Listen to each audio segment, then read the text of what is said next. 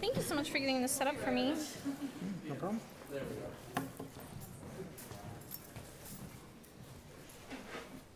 What's that? This is the cover for jump. Oh. Well, I appreciate that. Thanks for covering the junk. Oh yeah, they might be locked. They don't feel locked. Okay. I just don't want to hurt the itty bitty piano. I guess it's not itty bitty. That's a big boy piano. Yeah. Itty bitty piano. The itty bitty ear piano is right. I also have a copy of my presentation back there for you guys. Beautiful. I just figured I'd rather save my stories. That way you won't sit back here like, when should be done? Yeah. Kind of get a sense or an idea of it. Are you coming off or on or anything during this? Nope, I'm just gonna walk on there.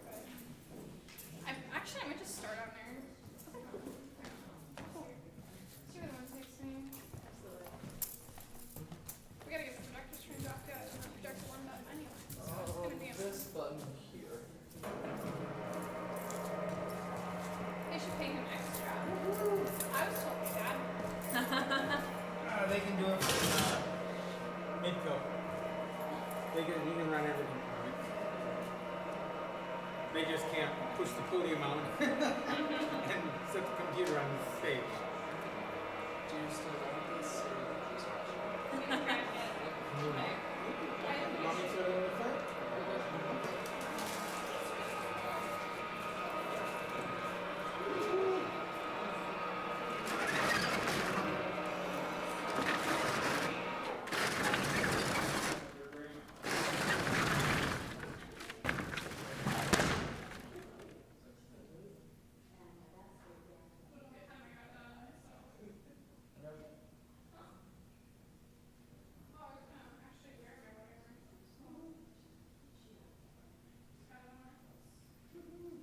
then after this, well, do you want me to send the whole it's dim out there and then take down the projector mode? Or just keep everything on there? Okay. Yeah, so it'll just be like this. Is that gonna make it easier for them to see?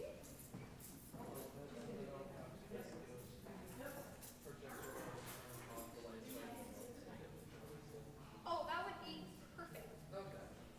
Thank you so much. I'm glad you know more about this than I do.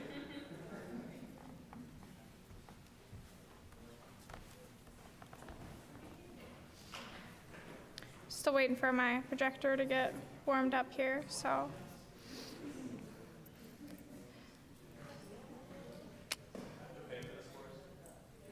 This course is free. Yeah, this one is free, but any course following this will be paid for.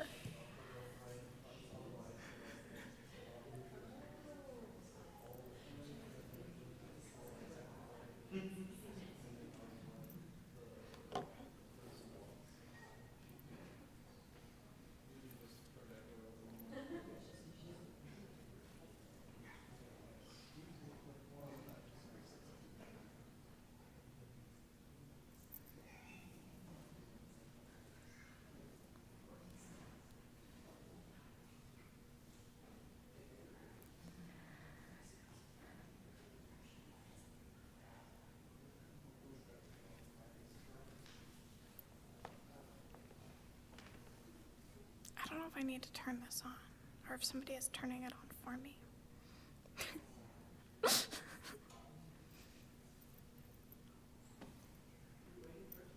Yeah, I am. I think that's what, do I need to turn this on?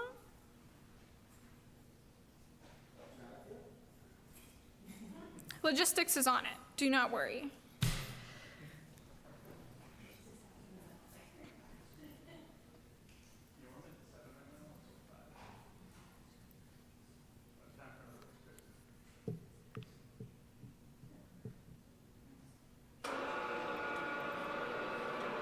That's going the wrong way.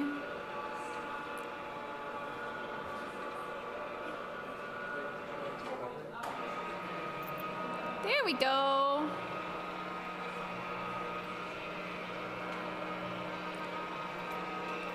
Okay, this is the less formal half of the presentation.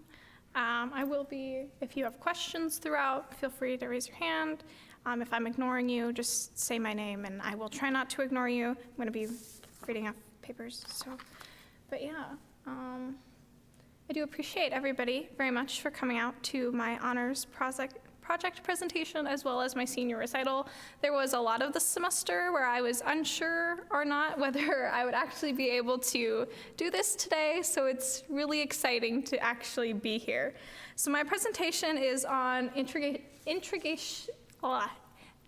integration of non-Western music. So why non-Western music?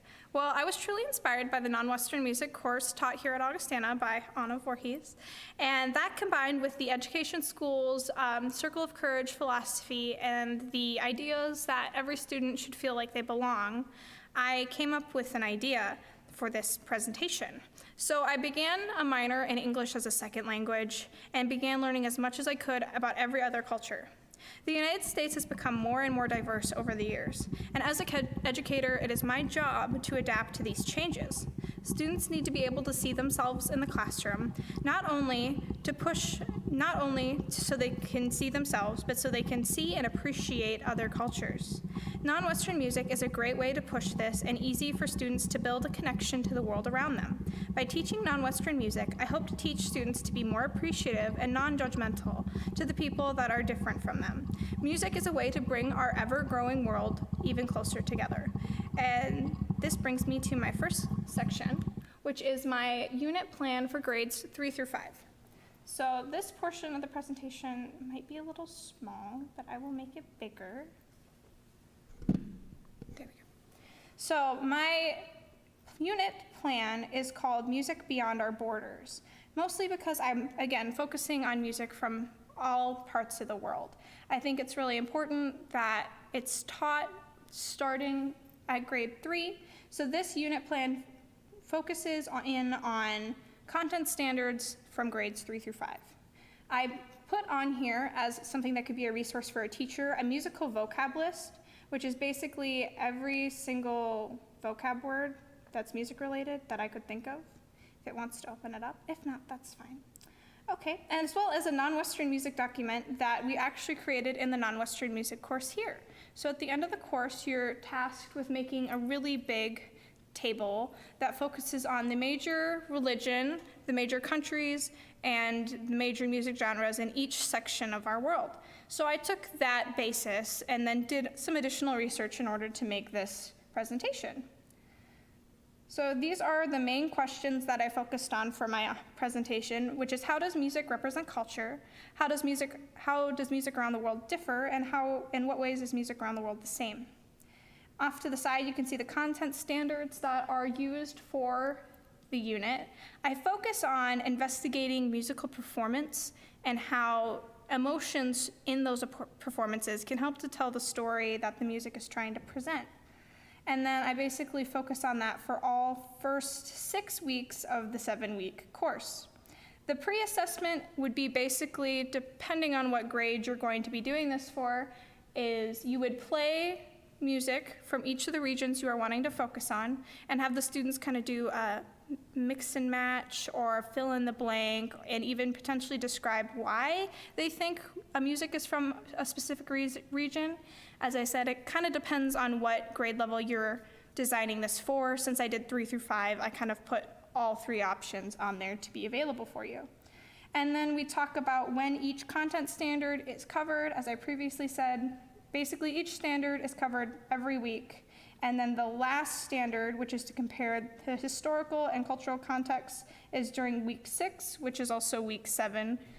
So then the post-assessment is going to be the same as the pre-assessment, but there's also going to be an additional presentation factor, just because I feel like students should have multiple ways to show what they've learned. So the presentation would be the students can get together in groups independently, however they want to, pick a region that we've focused on, and then pick that music genre and explain it to the class, whether it's through a presentation like this, whether they want to come up with a version of it and perform a song from that music genre. I kind of left it open-ended because I want students to be able to have that autonomy to pick for themselves. And then I also have our differentiation plans. So for content, I put that you can use TPR to help with vocab and memorization and many things like that. It's a pretty detailed list of basically make sure you scaffold your information. You want the information to be accessible to everyone. There's no point in teaching the content if not all of your students are going to be able to learn it, especially since this content specifically I want to be taught so students can connect to the world around them and get closer to one another. And then I also found some different literacy that you can incorporate into this unit. In a music classroom, sometimes you don't read books, but I think it's important to read regardless of what classroom you're going to be in. So I put different books that you could read and kind of what they were about. And I did also find, I was a little disappointed about the variety of music books that were available about non-Western music. There's a lot of books that are at like the high school or collegiate level, but there's not a lot for like 3rd through 5th grade. And that's something that I've thought about, was maybe I can go into even trying to make books that are more accessible for my classroom, for my students, because I think it's important that the knowledge is available to everyone. And then this is kind of the beginning of my outline. So I planned each week, each day. This is basically the template that we use in the school, or the education school. And I designed the unit plan using that template in mind. I started with North America because I want students to get an idea of kind of what each week is going to be designed like, as well as something that they're maybe a little bit more used to. I specifically picked the blues because even though the blues is an American music, it does come from a culture that's different than what you consider your stereotypical American culture. So that first day is basically you would introduce the music to your students. I found a video that you could use, and then the next day you introduce like a foundational element to the genre. So for the blues, the 12-bar blues is very foundational to the music. If you don't have the 12-bar blues, it's kind of, you're missing part of it. And then day 3 is you're exploring emotions, so exploring the origin of the blues and its meaning to culture in America, and having students start to understand that the blues does kind of come from a background of sadness and like hurt. And it's important that students know that regardless of what age group that they're in. And then day 4 would be performance strategies. So the students would basically take what they've previously learned and try and apply that to a performance that they are going to do themselves on day 5. And then down here, I have the assessment that you would do each day, as well as the knowledge standard, like DOK, where it is on that circle, our technology that we'd use, as well as the materials. And this table repeats for each continent. So for South America, I picked mariachi.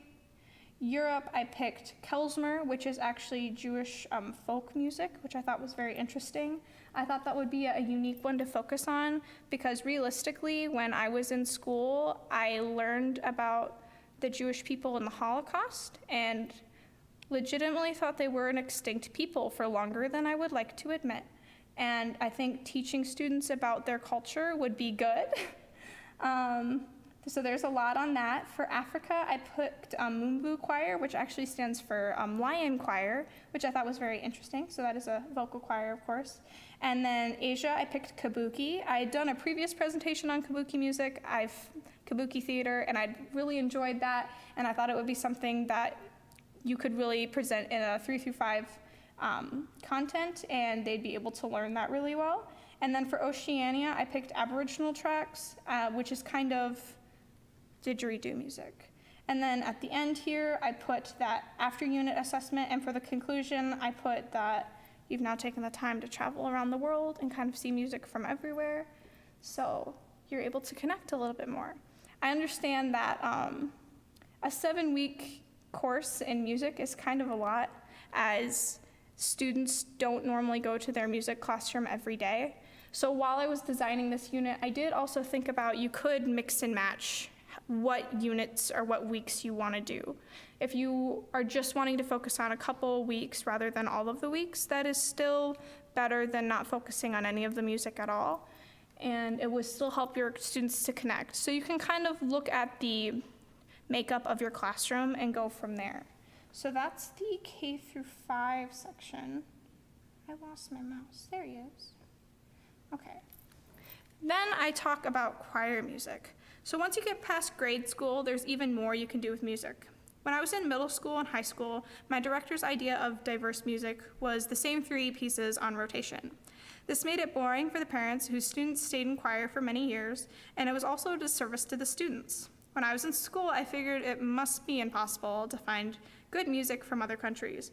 I found out that I could not be more wrong about that assumption. I did some brief searching on J.W. Pepper, which is a common music website that people get music from, and I was able to find so many wonderful non-Western music pieces. So I have 3 that I want to talk about briefly. The first one is Sia Hamba, which is a Zulu folk song, which focuses on how we are all walking in the light of God. I think that with Augustana's focus on sermon and song, this is something that could very easily be incorporated, even at this level, but also at the middle to high school level.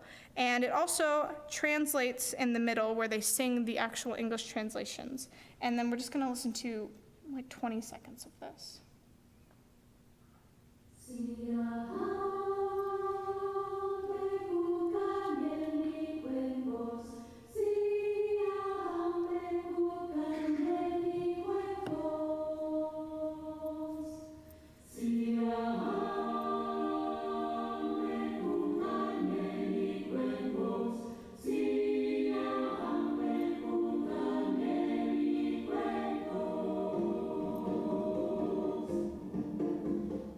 And you can see kind of how the music builds from there. And as I said, in that middle transitional period, it does do a translation into English.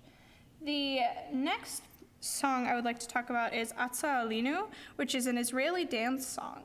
It is in Hebrew, and it uses a very popular round. The chorus translates to, "This is our land, we plow and we plant. The harvest will come again." And then we'll listen to just a little bit of this.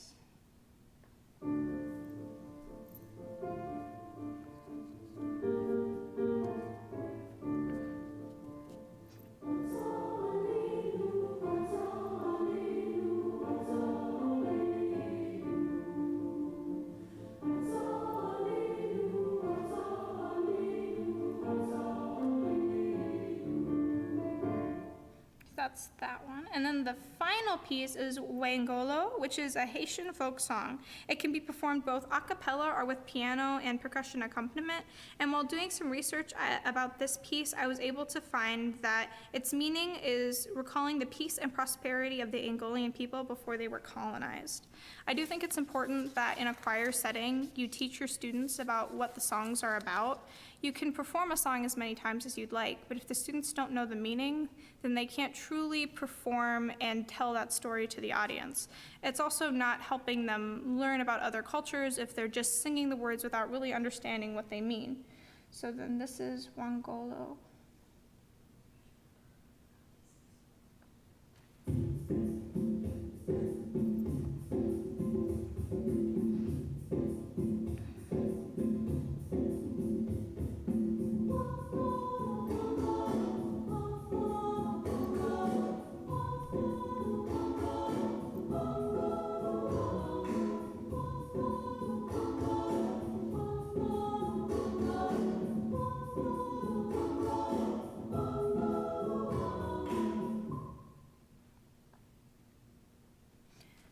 Of course, those weren't the only pieces I found. Here are some additional links to more pieces that I found. Again, this was probably maybe 10 to 15 minutes of my time on J.W. Pepper. I picked some of the first ones I found that I was able to do a lot of research on, but there is such a large variety of things that you can find on there, and the music isn't incredibly expensive, so it should be accessible to most schools.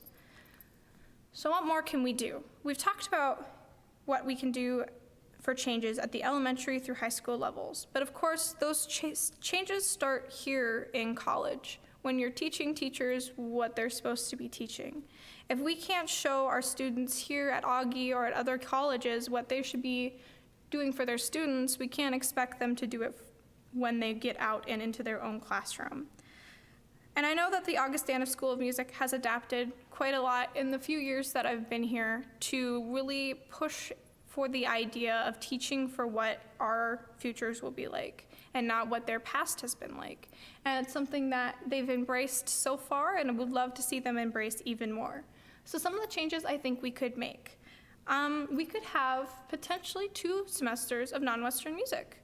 We teach Western music in 2 semesters because there's, of course, a large, deep history for our Western music and what we should learn. But of course, there's, if not more, history for non-Western music as it encompasses more of the world. So I think splitting it up into 2 maybe more specific sections would be beneficial for students.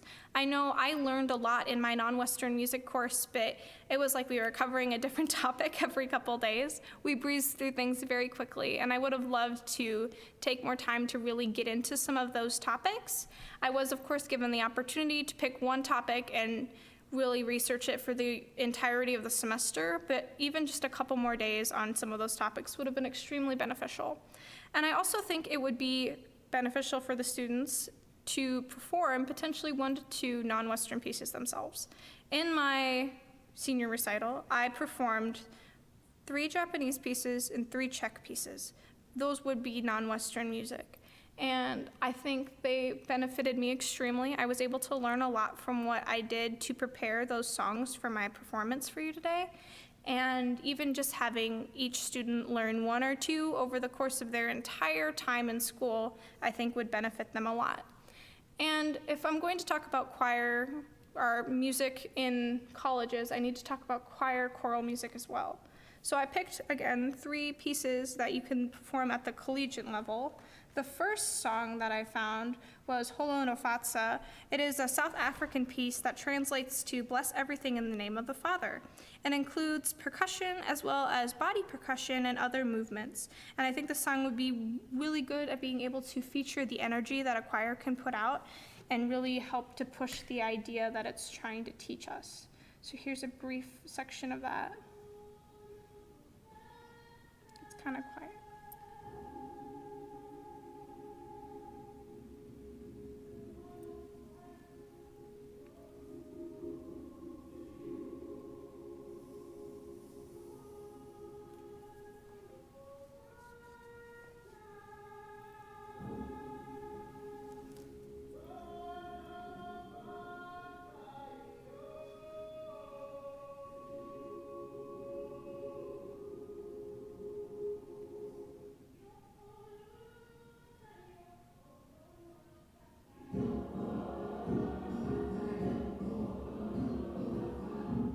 I wanted to play a little bit more of that one because the beginning starts as kind of almost a call from far away, a call to worship, but even though it's so far away, you can still kind of pick it up and it helps to bring those people together and sing. So then the next song I have is The Ancient House, which is actually a translation of a Japanese poem, which is the title, which is Momoshikiya. It's a gentle setting, and it is supposed to feature ancient Japan. So it is kind of a little bit more mysterious in the way that it's set, and I think it is very beneficial in the sense that it sings part of it in English and then sings the Japanese translation as well. So it's something students would be able to really connect to and be able to see, this is the English version, and then this is what it would be in Japanese and what they mean together. So here's a brief section of this one.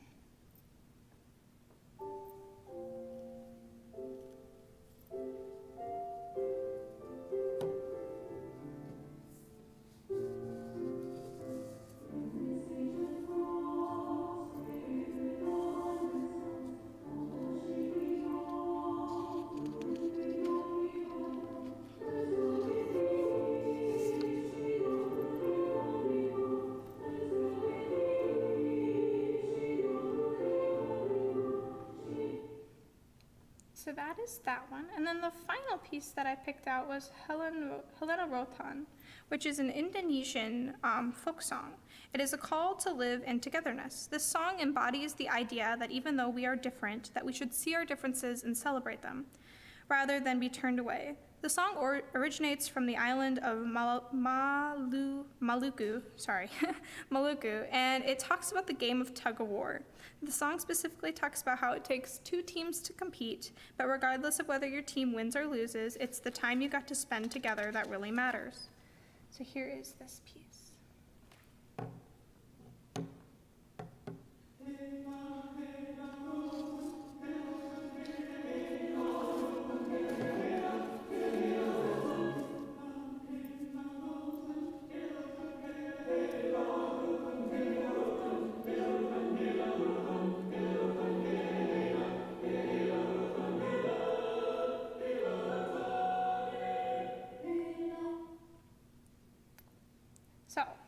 was a good piece to kind of end on because it really embodies the idea of the presentation in the sense that we want everybody to be able to see music as a way to come together, and that it is a way to bridge the gap that's kind of in our world, in that regardless of who you are, you can listen to a piece of music from another culture and respect it and appreciate it for what it is, even if you don't necessarily like it. It's important to still be respectful of what is out there. So that's what I have for my information. Does anybody have any questions? If not, that's cool. Okay, then that's all I got for you. So thank you so much for coming. Again, I really appreciate it.